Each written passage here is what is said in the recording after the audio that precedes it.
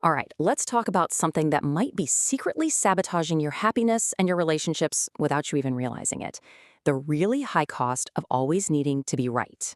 So, I want to ask you something right off the bat, and I want you to be honest with yourself. In your daily life, your work, your family, your friendships, is that constant need to win every argument, to prove every point, is it actually making you unhappy? Here's how we're going to break this down. First, we'll look at what we're calling the armor of right. Then, we'll dive into the paradox of control, uncover the real price of building that fortress, and finally, talk about a path toward a little more peace. Okay, so part one, the armor of right. Let's really get into what this need is because, it's something we often mistake for a good thing, for a sign of strength. I mean, think about it. Our culture kind of loves control, right? We see someone who's super organized, who has every little detail managed, and we think, wow, now that's a person who has it all together. We call it discipline or maturity. But here is where things get really interesting. On the outside, what the world sees is all that good stuff: discipline, maturity, being high functioning. But what can it feel like on the inside for the person living it? Well, it can be a totally different story. We're talking terror, constant agitation, and just pure exhaustion. It's this feeling of being stretched so tight you might just snap. That's not strength. It's a defense mechanism working in overdrive. And this quote just nails it. Sometimes it is trauma wearing a professional outfit.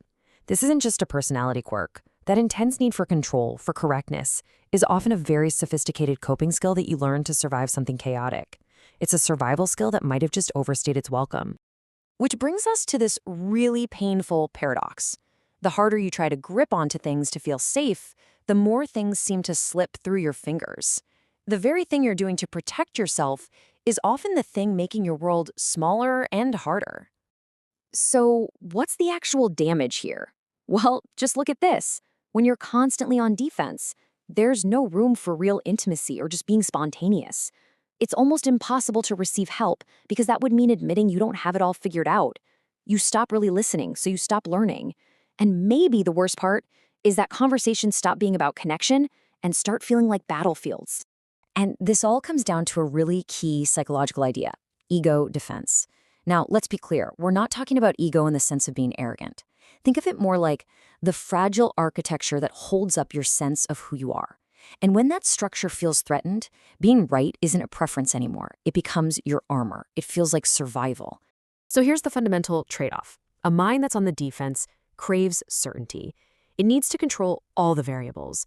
But a happy mind, a resilient mind, has a totally different skill. It can sit with the unknown, it can tolerate a little mystery without completely falling apart.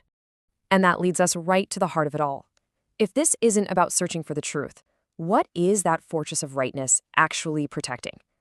In those heated moments, what are you really defending? Well, when you feel that sense of threat, the walls go up instantly, and the first instinct is to double down. You argue harder. And when that doesn't seem to work, you try to logic your way to safety. You explain longer, laying out your points over and over again. And eventually, things can get to a point where you just keep score. It stops being about the relationship and starts being about who won the last round. And here's the reveal. This is the whole thing right here.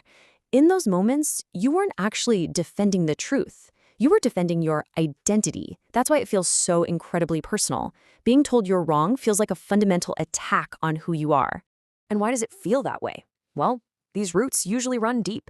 Maybe in your past, making a mistake wasn't okay. It was punished. Or maybe you were vulnerable with someone and they exploited that trust. So you learned. You learned that being smart, being correct, that was the only way to feel safe, to get respect, to feel like you were worthy. Okay, so that's the diagnosis. It's heavy stuff, I know, but the good news is there's a way forward. So let's talk about the path to peace, about how we can start to loosen that grip.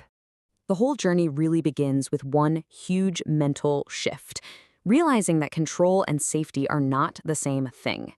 True safety isn't about preventing every single bad thing from ever happening. Real safety is about trusting that you'll be able to recover when things don't go according to plan. So here are 4 practical steps you can try. First, just start to notice the feeling in your body when you shift from being curious to being defensive. Second, in that moment, ask yourself, what am I truly afraid of right now? Third, make a conscious choice to value the connection with the person more than winning the point. And fourth, and this one is the hardest, but it's a game changer, practice actually saying the words, you know what, I may be wrong about this. And this slide really sums up the entire transformation. You're shifting from, how do I prove myself, to what is actually here. You're moving from trying to prevent every problem to trusting you can recover from setbacks. It's about going from winning the argument to understanding the person. It's the huge difference between dominating a conversation and actually participating in one. And maybe this gives us a whole new definition of maturity to aim for. It's not about becoming someone who has all the answers. Maybe it's about building a sense of self that's so resilient, so solid, that it's no longer shattered when you happen to be wrong. Now that is true strength. So I'll leave you with this final thought. We spend so much of our lives and so much of our energy trying to win our way to peace, to argue our way into feeling secure. But what if that's not where peace lives? What if all the peace you're looking for is just waiting for you on the other side of letting go?